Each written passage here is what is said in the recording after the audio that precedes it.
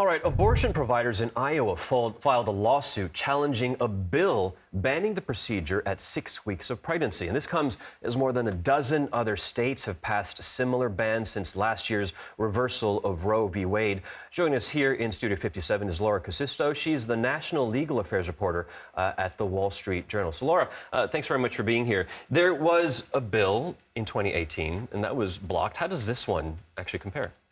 So this bill looks very, very similar. The substance of it is really the same. It's banning abortion after 6 weeks of pregnancy. Yeah. But the real difference, as you said, is the reversal of Roe v. Wade. And so I think Republicans are hoping they can take another crack at this with the state Supreme Court and see if they can get the court to actually uphold the law this time. So aside from the new bans, I want to talk a little bit more about how abortion seems to sort of be rearing its head in multiple places. And right now I'm thinking about Tommy Tuberville holding up the military appointments over the military choosing to finance travel. If people are serving and they want an abortion, the military will help them get to a state that allows it. Right. And so, yeah, I think that right now what you have, I think the game that's really going on right now is that Democrats see this as a winning issue and Republicans aren't quite sure how to handle it. You see some Republicans who are really shying away from it and some Republicans who are coming out swinging and betting that this can still, if they spin it the right way, if they play it the right way, can still help them. Let me ask you about this as a political football, though, because the reality of it is the next election is for the president. The president has very limited power when it comes to abortion. Really, the focus should be at the state level. Is it just that, you know, it's a hot enough topic that even if people don't quite understand that the president can't do all that much, it's okay, it's going to be a galvanizing topic?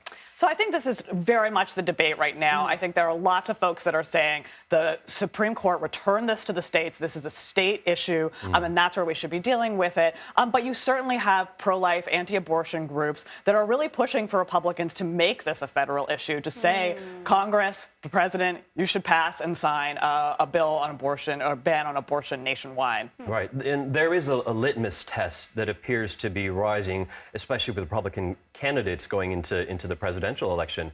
Last month, Mike Pence basically said that he supports a ban on abortion before 15 weeks as a nationwide standard and is asking other candidates to say, hey, yes, I agree. Could we see this become a federal abortion ban across the country?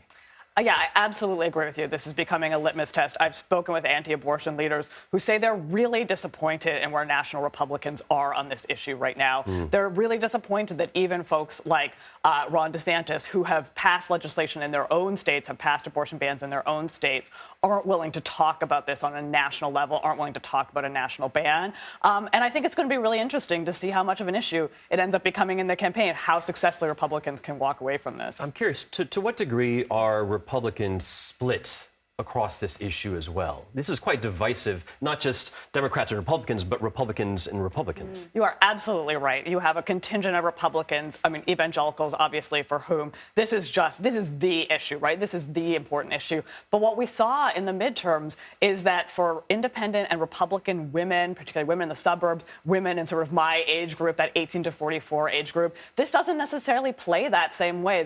We see opposition to abortion bans even among those Republican voters. Well, I think we'll be talking about this over the next year or so. Maybe we'll have you back. It's not going away. Yeah, Laura Kusisto, thank you very much. Thank you.